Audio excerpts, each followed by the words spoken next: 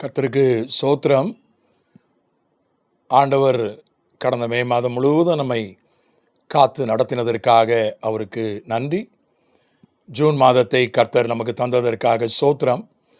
இந்த ஜூன் மாதத்திற்கென்று கர்த்தர் உணர்த்தின வசனம் யாத்திராகமம் 15ஆம் அதிகாரம் 25ஆம் வசனம். Exodus 15:25 is a word shown for June. மோசே கர்த்தரை நோக்கி கூப்பிட்டான். அப்பொழுது கர்த்தர் மோசேக்கு ஒரு மரத்தை காண்பித்தார். அதை அவன் தண்ணீரில் போட்ட உடனே அது மதுரமான தண்ணீர் ஆயிற்று. அது மதுரமான தண்ணீர் ஆயிற்று. கசப்பான தண்ணீர் மதுரமான தண்ணீராக மாறும் என்பதுதான் கர்த்தர் இந்த மாதத்திற்காக கொடுக்கிற ஒரு வார்த்தை. 22 படித்தால் அதனுடைய முழு வடிவம் நமக்கு கிடைக்கும். பின்பு மோசே இஸ்ரவேல் ஜனங்களை சிவந்த சமுத்திரத்திலிருந்து பிரயாணப்படுத்தினான். அவர்கள் சூர் வனாந்தரத்துக்கு புறப்பட்டு போய் 3 நாள் வனாந்தரத்தில் தண்ணீர் கிடையாமல் நடந்தார்கள். அவர்கள் மாராவிலே வந்தபோது மாராவின் தண்ணீர் கசப்பாக இருந்ததினால் அதை குடிக்க அவர்களுக்கு கூடாதிருந்தது. அதனால் அவ்விடத்துக்கு மாரா என்று பெயரிடப்பட்டது. அப்பொழுது ஜனங்கள் மோசேக்கு விரோதமாய் முறுமுறுத்து எண்ணத்தை குடிப்போம் என்றார்கள். சிவந்த சமுத்திரத்தை இப்போ தான் தாண்டி வந்திருக்காங்க. 3 நாள் தான் ஆச்சு. 3 நாளாக தண்ணீர் கிடைக்கல. அதுக்கப்புறம் ஒரு இடத்துக்கு வராங்க. அங்கே தண்ணீர் இருக்குது, ஆனால் கசப்பான தண்ணீர். 3 நாள் தண்ணி இல்லாதவங்களுக்கு கசப்பான தண்ணியும் ரொம்ப கசப்பாக தெரியாது, ஆனால் அவங்களுக்கு சகிக்க முடியாத அளவுக்கு கசப்பு. அதனால் அந்த இடத்துக்கே மாறான்னு பேர் வச்சிட்டாங்க. அப்படின்னா என்ன அர்த்தம்னா, இந்த இடத்துல இருக்கிற தண்ணீர் கசப்பானது தான், அதை ஒன்றும் செய்ய முடியாதுன்னு அர்த்தம். ஒரு பேர் வச்சிட்டாலே அர்த்தம் அதுதான். இனி இது இவ்வளோதான், ஒரு முடிவுக்கு வந்துட்டாங்கன்னு அர்த்தம். அதுக்கப்புறம் பேரை வச்சுட்டு, மாறான அந்த ஊருக்கு பேரை வச்சுட்டு அதுக்கப்புறம் முறுமுறுக்கிறாங்க, எண்ணத்தை குடிப்போம்ன்றாங்க. முதல்ல கேட்டிருக்கலாம், மோசேட்ட பேரை வைக்காமலே கேட்டிருக்கலாம் எண்ணத்தை குடிக்கிறதுன்னு. அவங்களே முடிவு பண்ணிட்டாங்க, இந்த தண்ணீர் கசப்பான தண்ணீர் தான் முடிவு பண்ணி பேரெல்லாம் வச்சாச்சு. வச்சுட்டு முறுமுறுக்கிறாங்க. அப்புறம் மோசே ஜெபிக்கிறான். அதைத்தான் நாம் வாசித்தோம் 25. மோசே கர்த்தரை நோக்கி கூப்பிட்டான். ஜனங்க ஜெபிக்கலை, ஜனங்க முறுமுறுத்தாங்க, ஆனால் ஜனங்க ஜெபிக்கலை. 32 லட்சம் பேரில் ஒரே ஒருத்தன் மட்டும் ஜெபிக்கிறான். 31,99,999 பேர் ஜெபிக்கலை. அவங்க இது நடக்காதுன்னு முடிவு பண்ணிட்டாங்க. முறுமுறுக்கிறாங்க, கேள்வி கேட்குறாங்க. ஒரே ஒருத்தன் ஜெபிக்கிறான், மோசே. ஜெபித்த போது ஆண்டவர் ஒரு மரத்தை காட்டுகிறார். அந்த மரத்தை கொண்டு வந்து தண்ணீரில் போடுகிறார்கள். பொதுவாக கிராமத்தில் அந்த காலத்தில் கொஞ்சம் தண்ணீர் சுவை சரியில்லாமல் இருந்தால் சுற்றி அந்த குளத்தை சுற்றி நெல்லிக்காய் மரம் வைப்பாங்க. நெல்லிக்காய் பட்டைகளை, நெல்லி மர பட்டைகளை தண்ணீரில் போட்டு வைப்பார்கள். இது அந்த காலத்தில் கிராமத்தில் கடைபிடிக்கிற பழக்கம். சிலர் நெல்லிக்காயை அதை துண்டு துண்டாக வெட்டி தண்ணீரில் போட்டு வைப்பார்கள். அது கொஞ்ச நேரம் ஊறணும். கொஞ்ச நேரம் ஊறிச்சுன்னா அந்த தண்ணீர் சுவையில்லாத தண்ணீர் கொஞ்சம் சுவையாக இருக்கும். இது கிராமத்தில் அந்த காலத்தில் கடைபிடிக்கிற பழக்கம். ஆனால் அதுவும் உடனே நடக்காது. அந்த நெல்லி மர பட்டைகளும் நாள் கணக்கில் ஊறணும்.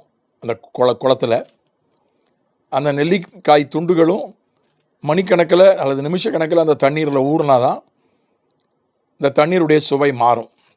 ஆண்டவர் ஒரு மரத்தை காட்டுகிறார். உடனே அங்கே சொல்லப்பட்டிருக்கிறது, அதை தண்ணீரில் போட்ட உடனே அதில் மதுரமான தண்ணீர் ஆயிற்று. அதனால் அங்கே தான் ஆண்டவர் ஒரு வாக்குத்தத்தம் கொடுக்குறார். 26ஆம் வசனத்தில், நான் எகிப்தியருக்கு வரப்பண்ணின வியாதிகளில் ஒன்றையும் உங்களுக்கு வரப்பண்ணேன், நானே உன் பரிகாரியாகிய கர்த்தர். தண்ணீர் மூலமாகத்தான் முக்கால்வாசிக்கு அதிகமான நோய்கள் பரவுகிறது. இது மருத்துவ உண்மை. கசப்பான தண்ணீரை மதுரமாக மாற்றிவிட்டு ஆண்டவர் சொல்கிறார், எகிப்தியருக்கு வரப்பண்ணின வியாதிகளில் ஒன்றையும் உனக்கு வரப்பண்ணேன், நானே உன் பரிகாரியாகிய கர்த்தர் என்று சொல்கிறார். ஜெபம் பண்ணுறான். ஆண்டவர் ஒரு மரத்தை காட்டுறார்.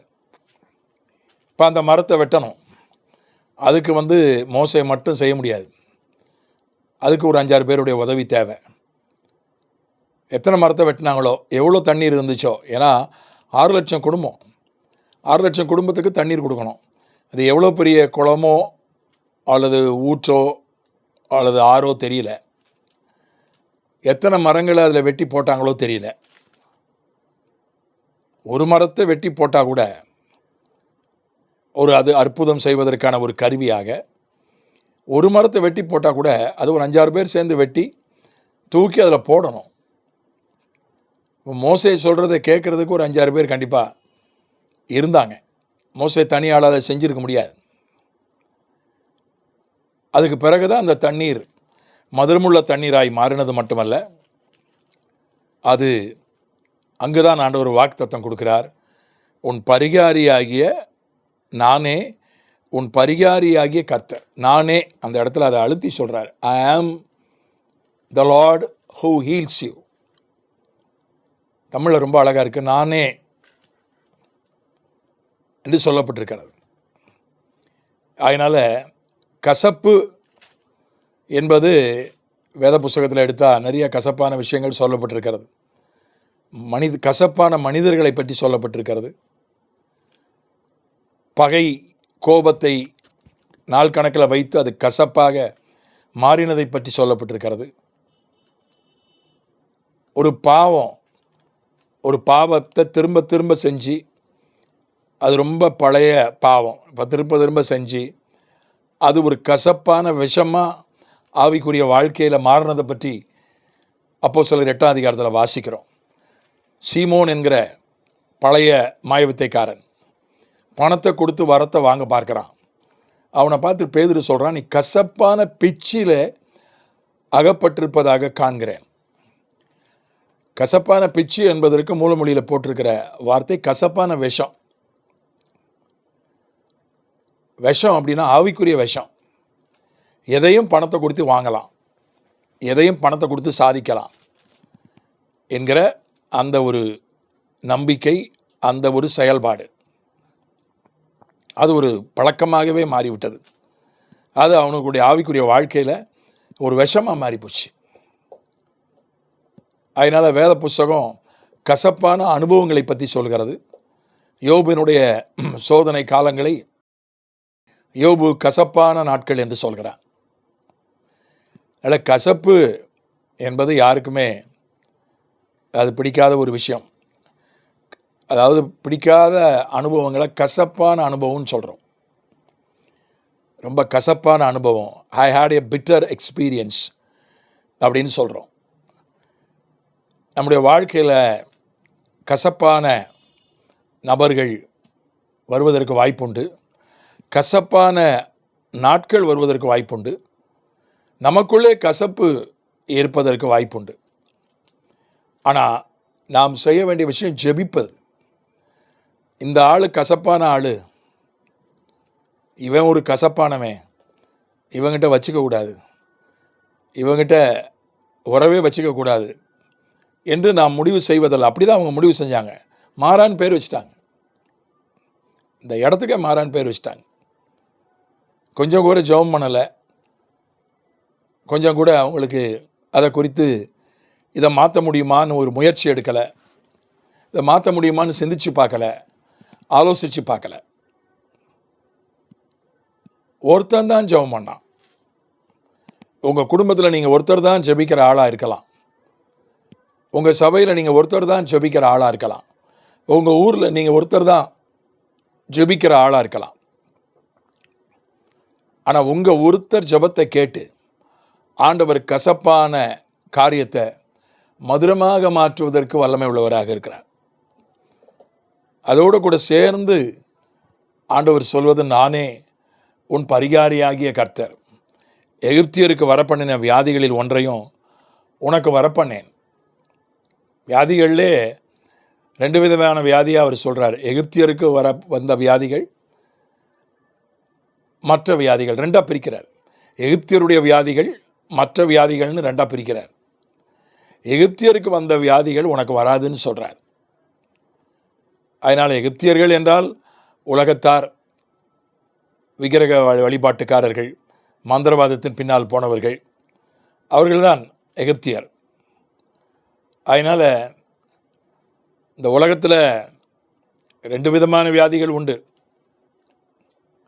சரீர பலவீனத்தால் வருகிற வியாதிகள், மாசுபட்ட உலகத்தால் வருகிற வியாதிகள், சீதோஷணத்தால் வருகிற வியாதிகள், அதே போல் பாவத்தால் வருகிற வியாதிகள். எகிப்தியருடைய வியாதிகள் என்பதை பாவத்தால் வருகிற வியாதிகள் என்று நாம் எடுத்துக்கொள்வது தவறு இல்லை என்று நினைக்கிறேன்.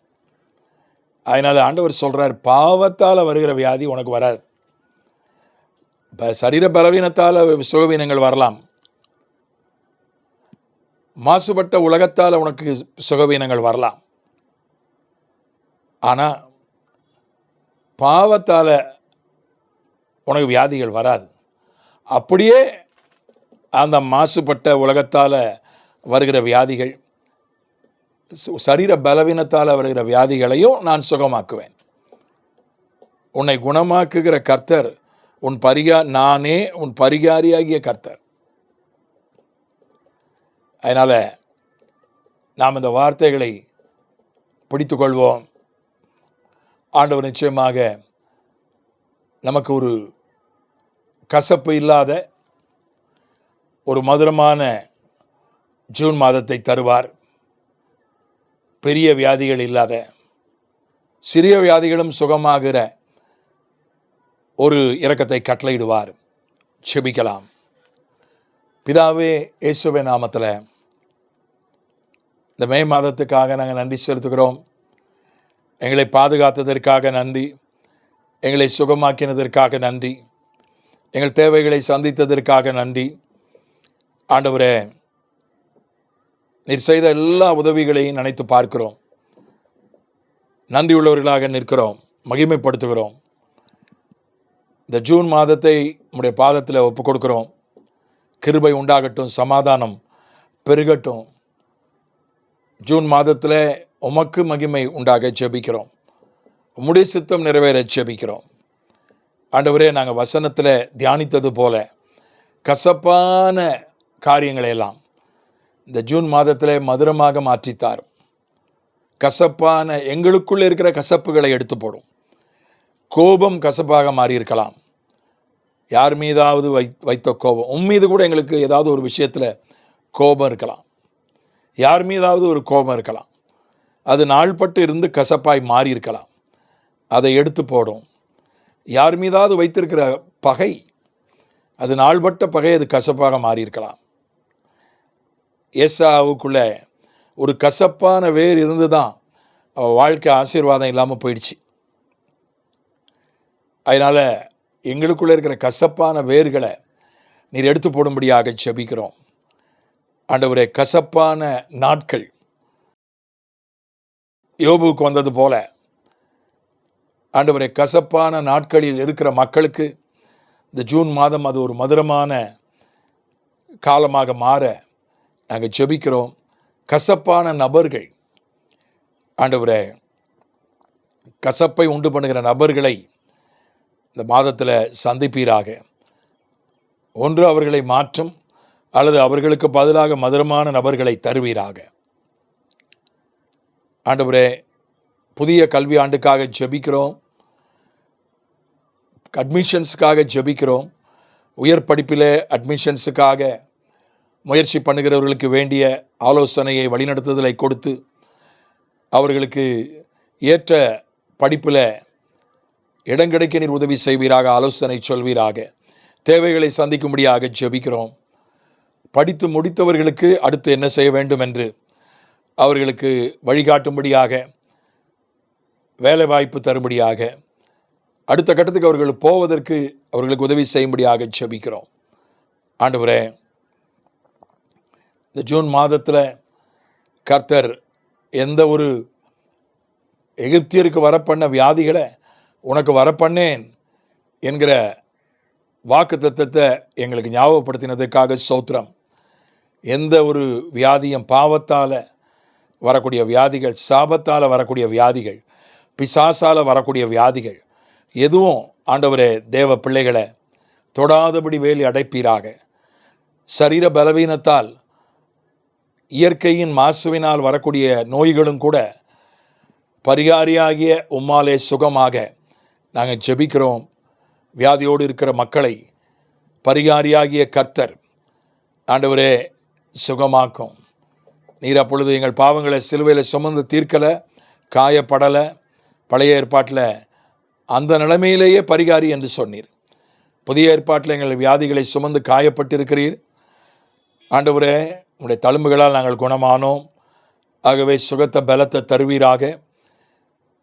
இன்னும் நாங்கள் ஆவிக்குரிய வாழ்க்கையில் மனம் திரும்புதலுக்குள்ளும் மறுரூபமாகுதலுக்குள்ளும் கடந்து போக, வளர, பலப்பட, ஸ்திரப்பட எங்களுக்கு உதவி செய்யும். ஆண்டவரே, எங்களுக்கென்று நீர் வைத்திருக்கிற ஊழியத்தை நிறைவேற்ற, ஆத்தும பாரத்தோடு வாழ, சுவிசேஷத்தை அறிவிக்க, ஆண்டவரே ஊழியங்களில் ஈடுபட எங்களுக்கு அனுக்கிரகம் செய்யும். தகப்பனே, எல்லா ஊழியங்களுக்காய், ஊழியக்காரர்களுக்காய், சபைகளுக்காய், சபை தலைவர்களுக்காய் நாங்கள் வேண்டிக் கொள்கிறோம். மிஷனரி பணிகளுக்காய், மிஷனரிகளுக்காய் ஜெபிக்கிறோம். கர்த்தாவே, தேசத்துக்காய், ஆட்சிக்காய், தலைவர்களுக்காய், அதிகாரிகளுக்காய் வேண்டிக் கொள்கிறோம். தகப்பனே, குடும்பங்களிலே சமாதானத்தை, அன்பை, ஒருமனப்பாட்டை, சந்தோஷத்தை கொடுப்பீராக.